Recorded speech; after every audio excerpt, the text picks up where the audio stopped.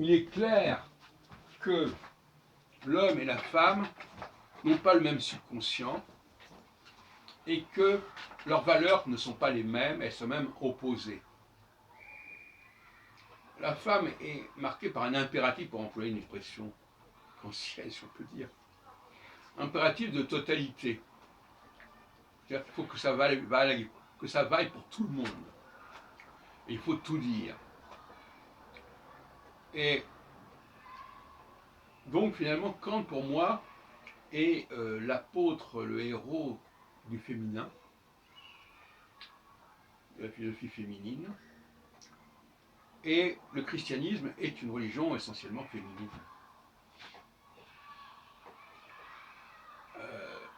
Qui ne veut pas distinguer. D'ailleurs, la gauche aussi, quelque part, est féminine, d'une certaine manière. Ou la notion de démocratie chrétienne, par exemple. Et l'idée du mensonge, de l'omission, alors l'omission, ne pas tout dire, un devoir de réserve, ne pas tout dévoiler, ne pas tout déballer, ça fait problème à la femme, parce qu'elle veut vous dire, mais comment savoir ce qu'il faut dire ou ne pas dire? Ah, alors là, alors tant qu'à faire, on n'a qu'à tout dire, comme ça on n'aura rien oublié, on n'aura rien omis, et tout sera sur le même plan, tout sera logé à la même enseigne. Donc, il faudrait repenser le discours sur la philosophie, autour de la philosophie, en ce sens. Est-ce qu'un homme peut parler de Kant comme une femme? Quand il parle de façon authentique, je dirais. À mon avis, c'est pas possible. Et donc, il y aura deux lectures, une masculine, une féminine, de Kant, par exemple. Et d'ailleurs, il y a eu beaucoup d'adversaires de Kant qui ont été dans cette direction, de toute façon. On pense à Benjamin Constant, on pense à Peggy, qui ont été cités tous les deux dans l'émission de Van Hett. La notion de choix, la notion de catégorie. Et l'autre jour, justement, j'écrivais que un des drames du coronavirus, si vous voulez, du traitement du coronavirus, ça a été qu'on n'a pas été capable de distinguer. On a mis tout le monde dans le même sac, tout le monde au même régime. Et à ce sujet,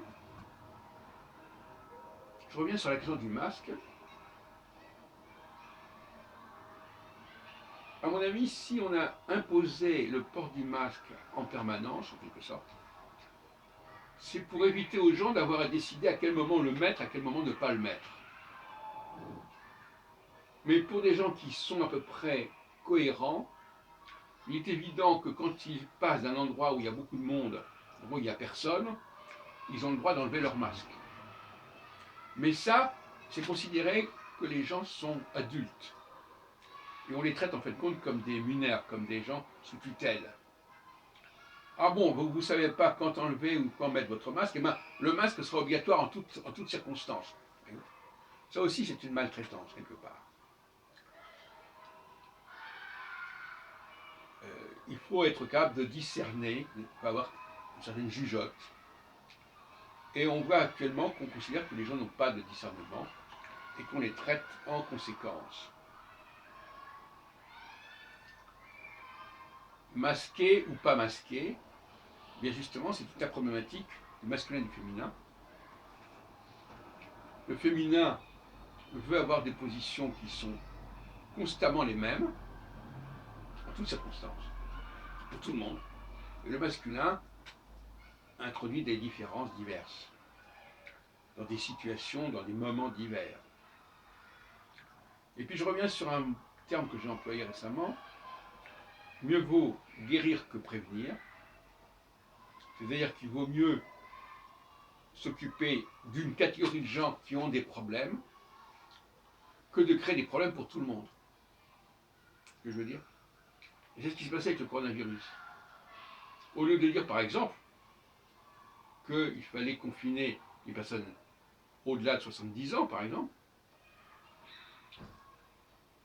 qui d'ailleurs en plus ne travaillent pas et qu'en plus sont particulièrement exposés, on a dit ben, c'est valable pour tout le monde à partir de l'âge de 11 ans, par exemple. Une aberration totale. Mais c'est la conséquence d'une approche complètement globale et englobante des situations, qui est typiquement féminine.